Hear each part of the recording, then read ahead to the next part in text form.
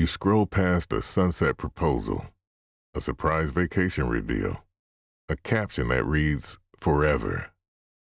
Then you look up from your phone and you're in the middle of an argument about milk left on the counter. And suddenly the contrast feels louder than it should. Not just the argument, but the comparison. Welcome to Wisdom from the Porch. I'm GP.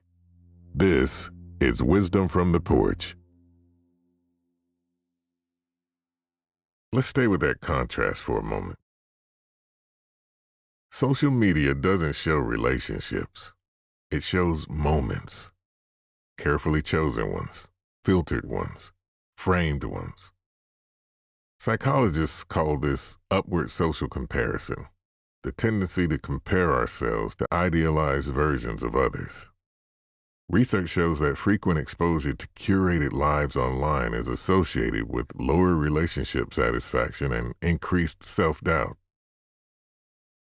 So when you scroll through flawless anniversary dinners and choreographed surprise gestures, your brain does something automatic. It compares your everyday reality to someone else's best 3%.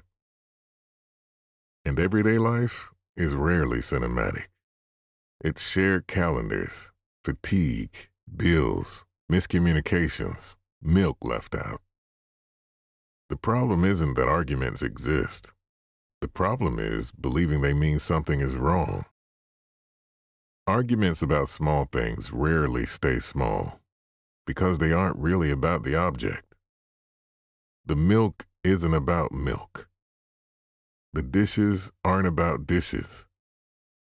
The forgotten text isn't about the text.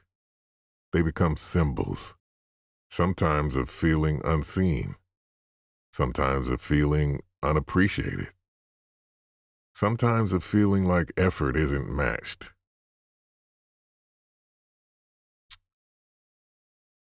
Relationship researchers like Dr. John Gottman have found that ongoing dissatisfaction often shows up in perpetual problems, recurring surface-level conflicts that represent deeper emotional needs. When comparison is already in the background, that quiet awareness of what love is supposed to look like, those small moments can feel amplified. Not because the love is weak, but because expectation is loud.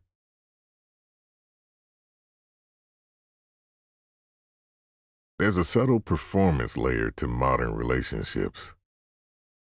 Not just being in love, but looking in love.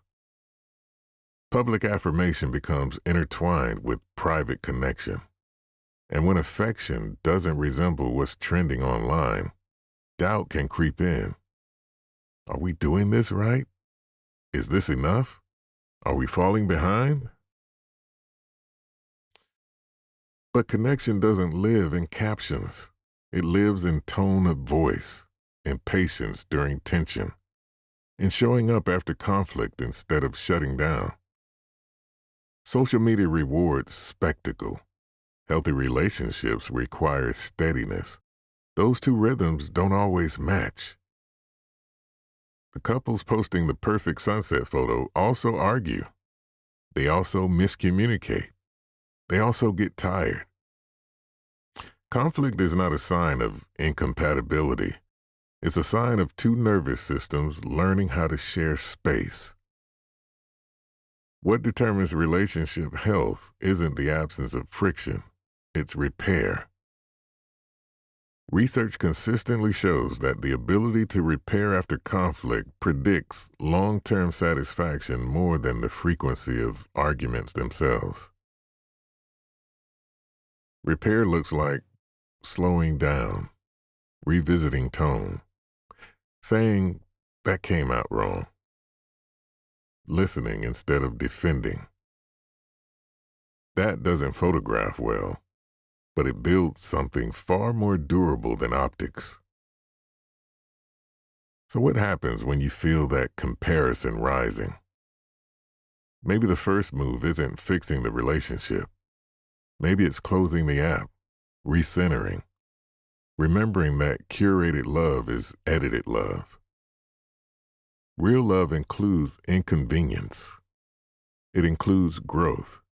It includes arguing over milk and then making up over dinner.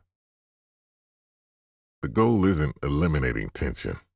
It's protecting connection from distortion. When you shift from performance to presence, the pressure softens. And presence, not perfection, is what builds intimacy. You scroll past a sunset proposal, a flawless anniversary post, a caption that reads, "Forever."